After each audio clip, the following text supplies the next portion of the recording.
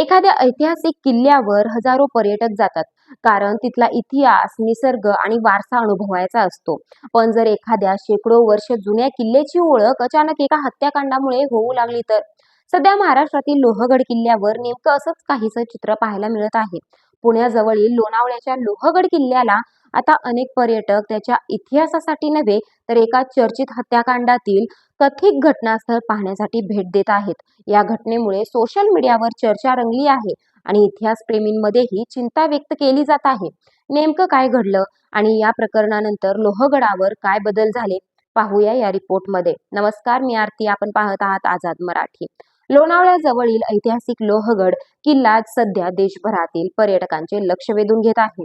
यामागचं कारण म्हणजे पुण्यातील व्यावसायिक केतन अग्रवाल यांच्या हत्येचं चर्चित प्रकरण. तपासानुसार केतन अग्रवाल यांची त्यांची होणारी पत्नी सिया गोयल आणि तिचा प्रियकर चेतन चौधरी यांनी लोहगड किल्ल्यावरील सुमारे 400 फूट खोल दरीत ढकलून हत्या केल्याचा आरोप आहे. हे प्रकरण समोर आल्यानंतर देशभरात मोठी चर्चा झाली. या चर्चेचा परिणाम आता थेट लोहगडावर दिसून येत आहे. ज्या ठिकाणी ही घटना घडल्याचा आरोप आहे, त्या जागेला काही पर्यटकांनी अनधिकृतपणे सिया पॉइंट असे नाव दिले आहे. अनेक जण खास ही जागा पाहण्यासाठी लोहगडावर पोहोचत आहेत.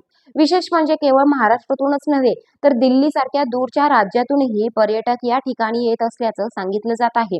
किल्ल्यावर तैनात असलेले सुरक्षा रक्षक आणि स्थानिक नागरिकांकडे अनेक पर्यटक सिया पॉइंट कुठे आहे अशी विचारणा करत आहेत.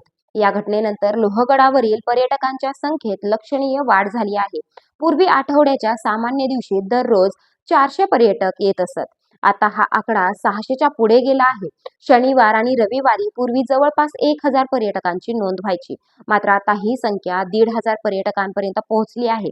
काही विकेंडला तर 4000 ते 5000 पर्यटकांनी किल्ल्याला भेट दिल्याची नोंद स्थानिक प्रशासनाकडे असल्याचं सांगितलं जात आहे.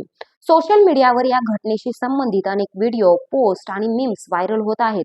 त्यामुळे उत्सुकता आणखी वाढली आहे. अनेक जण केवळ सोशल मीडियावर पाहिलेली जागा प्रत्यक्ष पाहण्यासाठी लोहगडावर जात आहेत. मात्र या संपूर्ण प्रकारामुळे इतिहासप्रेमी आणि गडप्रेमींनी तीव्र नाराजी व्यक्त केली आहे.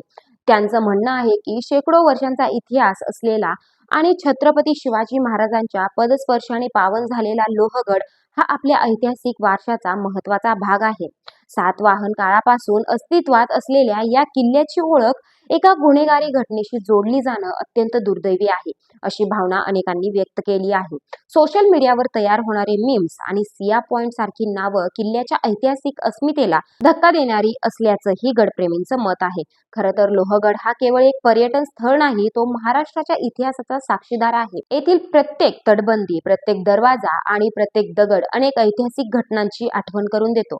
त्यामुळे अशा ऐतिहासिक ठिकाणांकडे केवळ गुन्हेगारी कुतूहलाच्या नजरेने न पाहता त्यांचा इतिहास आणि वारसा समजून घेण्याची गरज असल्याचं अनेक तज्ज्ञांचं मत आहे.